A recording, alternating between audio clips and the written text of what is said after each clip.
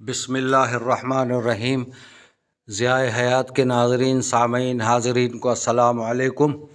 آج بہت اہم حوالے سے میں گفتگو کر رہا ہوں کیونکہ ہمارے معاشرہ جو ہے دو عملی کا شکار ہے، یعنی اندر کچھ باہر کچھ یا باہر کچھ اندر کچھ۔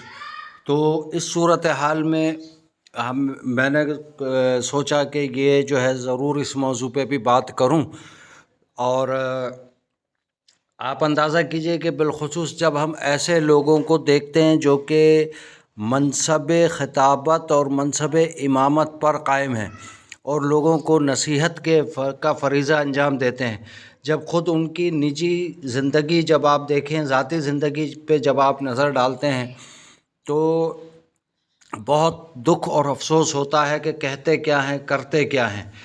تو وہی والی بات ہے کہ جو قرآن میں کہا کہ جو تم کہتے ہو وہ کرتے کیوں نہیں۔ تو اس حوالے سے آج کی گفتگو ہے، امید ہے کہ آپ کو پسند آئے گی۔ آج میں آپ کے سامنے یہ تمام گفتگو کا آغاز کرتا ہوں جو کہ کہانی کی صورت میں ہے۔ امید ہے کہ آپ پسند کریں گے اور چینل کو مزید بڑھاوا دینے کے لیے سبسکرائب کریں گے اور شیئر بھی کریں گے۔ جزاکم اللہ خیرہ۔ مسجد کے خطیب صاحب نے ممبر پر چڑھ کر کفایت شعری، صبر اور پرہیزگاری پر تقریر شروع کی ہی تھی کہ ایک خاکروب نے کھڑے ہو کر خطیب کی بات کاٹتے ہوئے کہا کہ حضور والا، آپ ایک پرتعیش کار میں بیٹھ کر مسجد میں تشریف لائے ہیں، آپ نے نفیس ترین کپڑے پہنے ہوئے ہیں اور آپ کے لگائے ہوئے قیمتی عطر سے پوری مسجد مہک رہی ہے، آپ کے ہاتھ میں 4 انگوٹھیاں نظر آ رہی ہیں اور شاید آپ کی ایک انگوٹھی کی قیمت میری تنخواہ سے بھی زیادہ ہوگی، آپ نے آئی فون کا آخری ماڈل اٹھا رکھا ہے، آپ ہر سال زہد و تقوی میں اضافے کے لیے حج اور عمرے پر تشریف لے جاتے ہیں، جناب والا کسی روز ٹین کی چھت سے بنے میرے گھر پر تشریف لائیے اور ایک رات کے لیے ایئر کنڈیشن کے بغیر سو کر دیکھیے اور دیکھیے کہ کیسے صبح سویرے فجر سے پہلے جاگ کر شدت کی اس گرمی میں سڑک پر جھاڑو دینے کے لیے ایسی حالت میں جانا پڑتا ہے کہ آپ نے روزہ بھی رکھا ہوا ہو، تب جا کر آپ کو پتہ چلے گا کہ صبر کے اصلی معنی کیا ہے۔ میں یہ والا کام پورا مہینہ کرتا ہوں، تب کہیں جا کر اتنی سی تنخواہ ملتی ہے جس سے آپ کا لوٹا ہوا یہ عطر بھی، آپ کا یہ لگایا ہوا یہ عطر بھی شاید ہی مل پائے۔ محترم شیخ صاحب، ناراضگی معاف، ہمیں صبر اور شکر کے معنی بانٹنے کی بالکل ضرورت نہیں کہ یہ تو ہمارا اور ہمارے گھر کا یہ پرانا ساتھی ہے۔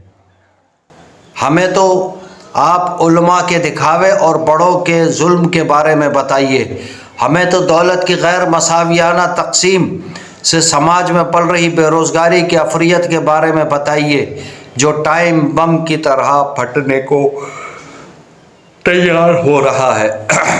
ہمیں تو مظلوموں کو کیسے انصاف ملے اور بھوکوں کے بارے میں بنتی کسی پالیسی سے آگاہ کیجیے۔ ہمیں عوامی دولت کو ہڑپ کرنے والے بدعنوان حکمرانوں اور ان سے عوام کو اپنا مال واپسی کیسے ملے گا کے بارے میں بتائیے۔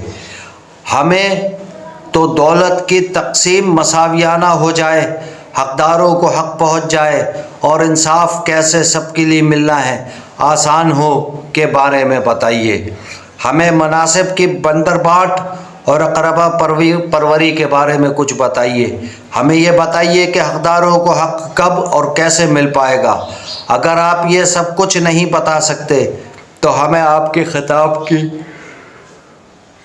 ضرورت نہیں، کیونکہ آپ کا تو اپنا تال میل آپ کی گفتگو سے نہیں مل رہا۔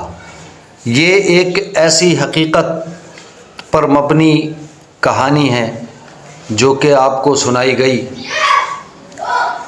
اس کا کانسیپٹ جو ہے میں نے سورہ کہف کی آیت نمبر 103 104 سے لیا ہے کہ ہم تمہیں بتا دیں کہ سب سے بڑھ کر ناقص عمل کن کے ہیں؟ ان کے جن کی ساری کوششیں دنیا کی زندگی میں گم ہو گئی اور وہ اس خیال میں ہے کہ اچھے کام کر رہے ہیں۔ تو یہ آیت کا ترجمہ تھا